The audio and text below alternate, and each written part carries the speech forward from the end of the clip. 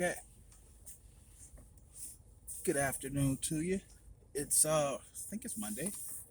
I don't really keep up with the days like that anymore. So look around the doobly doo and it'll tell you what today is. Hey, I know it's mid October and I'm on my way to the dollar store because my wife has a request.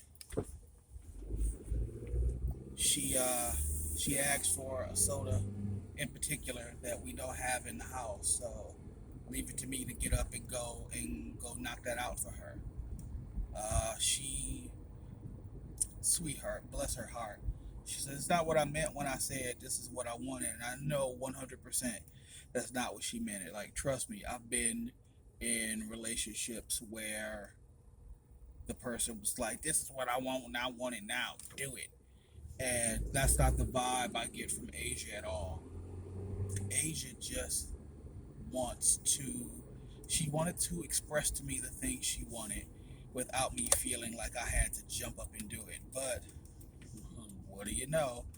That's what I do. I fucking jump up and do things when she asks me to. There are other things I need to pick up for the house, so I'm just using this as that opportunity to get up there and go and just do it.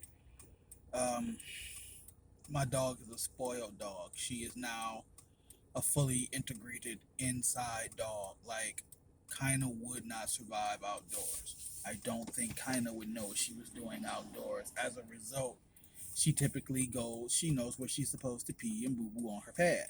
So she pees and she boo boos on her pad, and we're usually pretty good with getting them out of the house when she's done. So the house, but it's still like, how your bathroom, right? Like you piss your shit in your bathroom and you can clean your toilet, but no matter how much you clean your toilet, it's still a toilet. So like no matter how good a job we do cleaning out the spot where kinda has been trained to pee pee and boo boo, there's gonna be some residuals. Like what can you do? So just gonna get some air freshener to knock it out. Probably some Febreze. I'm about to Febreze the fuck out of that bitch. And then at the same time, because my wife said she wanted a soda, I'll grab my wife a soda.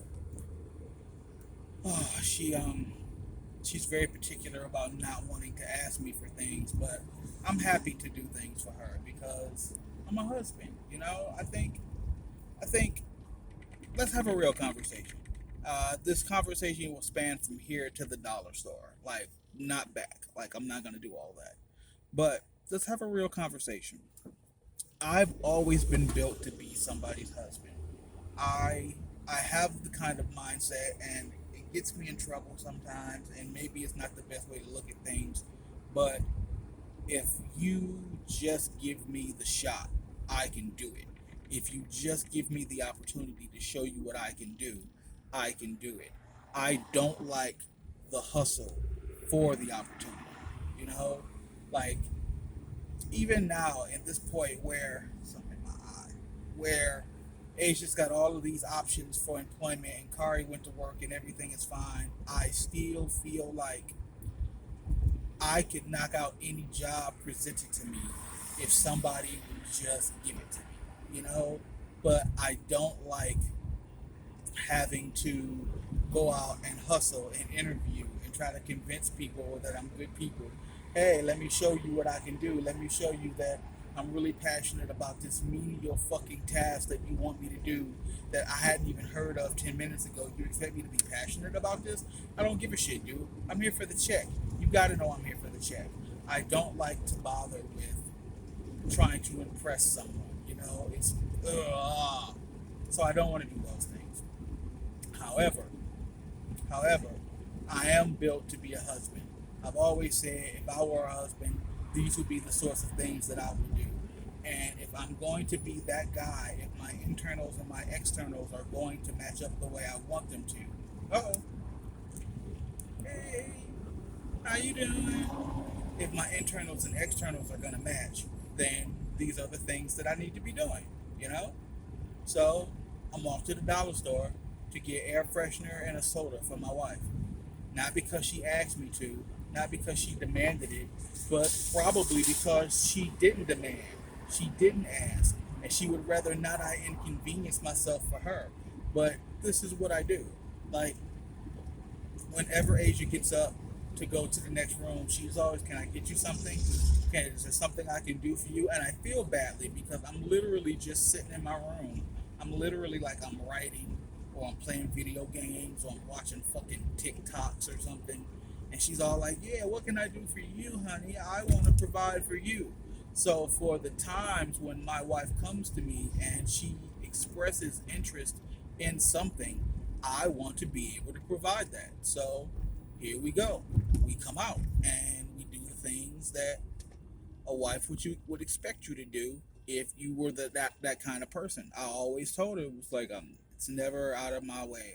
I'm happy to do these things for you. Please let me do things for you. And she's like, okay. So now here I am, and I'm doing them because what would be the point of me saying, just trust me, just give me the chance to show you what I can do it, and then when like the opportunity presents itself, I don't do those things? That would be silly. Like, I was with Kari the other day. Like, I'm with Kari every day, but we're driving and I'm just taking him to work, and he's just like, "Hey man, you every time you get up and you take me every single time." I was like, "And of course I will, man. It's my greatest joy to be able to do these things for you." Like my father did them for me. I thought my father was a pretty good dude, so I want to be as good as he was, if not better. So, and that covers all the bases. I don't think I've ever said this out loud, but I'm not sure my father was a particularly good husband. He may have been attentive. He may have been dealing with things. Like, he may have, he was good with us. He he did right by me and my sister. He was a provider. I never felt like, even when we were at our lowest financially, and we were living in that house with no water and no lights, I didn't feel like he was a bad father. But I don't think he was a particularly good husband. I think my mom left him for her own reasons. I'm not here to judge. Then another wife, and it didn't work out with his second one, and it didn't work out with the third one, and then it didn't work out. Well, now he died with Eve. Like, he died married to Eve, so I'm going to accept that that one worked out. But I don't think he was the best husband. I like to think that I thrived there. That, like, husband's my fucking gig. Like, if you were to put them in order, I'm probably father, husband, security guard. No, father, husband, writer, security guard, in that order. Though those are the things that make me tick. These are a few of my favorite things. Writing and eating and watching on TikTok. I'm here now, so I'm gonna wrap this up. But thank you for coming to my TED Talk. I really just wanted to express these things because I love my wife. And it's like, who ain't doing these things for their girl? Like, not everybody get a girl. So now that I got one, I'm going to hold on to her. All right, y'all. Let's go.